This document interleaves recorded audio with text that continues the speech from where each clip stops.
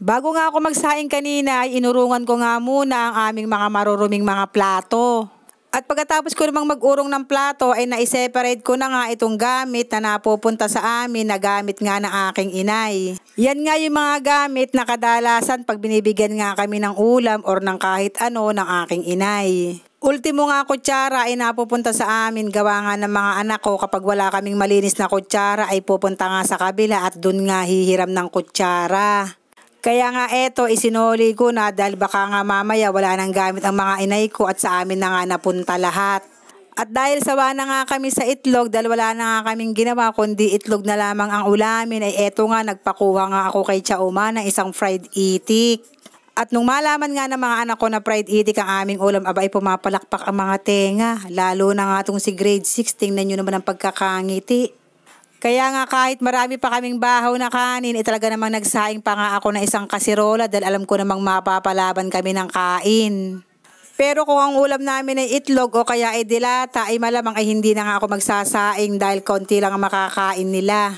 Kaya nga nung malaman nila na itik ang ulam namin, ay bay tingnan nyo naman ang serving ng kanin, akala mo naman ay palamigan. Charing. At kapag nga ganitong fried itik ang aming ulam, talaga naman pinapatawag ko si Kim para naman makasalo namin sa pagkain. Pinagbukod ko na nga rin ang ulam ang aking asawa dahil kung hindi ko nga ipagbubukod ay malamang ay baka nga maubusan. Charing. At kahit nga kaluluto lamang ng fried itik at mainit-init pa nga ay talaga naman kanya-kanya na ng kuha. Kumuha na nga rin ako ng para sa akin dahil baka nga mamaya pagtalikod ko at pagbalik ko ay wala na ang matira at ubos na. Charing. Ay siya, kain na po. Salamat po Lord sa blessing. Salamat po kay Chauma na lagi nagpapautang sa amin ng fried itik. Charing. Madalang na nga din ako magpakuha ng fried itik dahil natatakot nga ako at baka nga mamaya ay hindi ko mabayaran. At umuutang nga lang din ako niyang kapag alam kong malapit na nga ang aming sweldo dahil yan nga ay 1 week to pay lamang. Pero minsan pwede ka namang makiusap kay Ate Uma na pwedeng 1 month o kaya ay 1 year o kaya gusto mo sa bonus na. Charing. At nahulaan nyo na ba kung kanino yung pinakamalaking serving ng kanin? Abay nagulat nga ako sa kinuhang kanin. Sabi ko nga kaliliit na tao napakalakas kumain. Charing.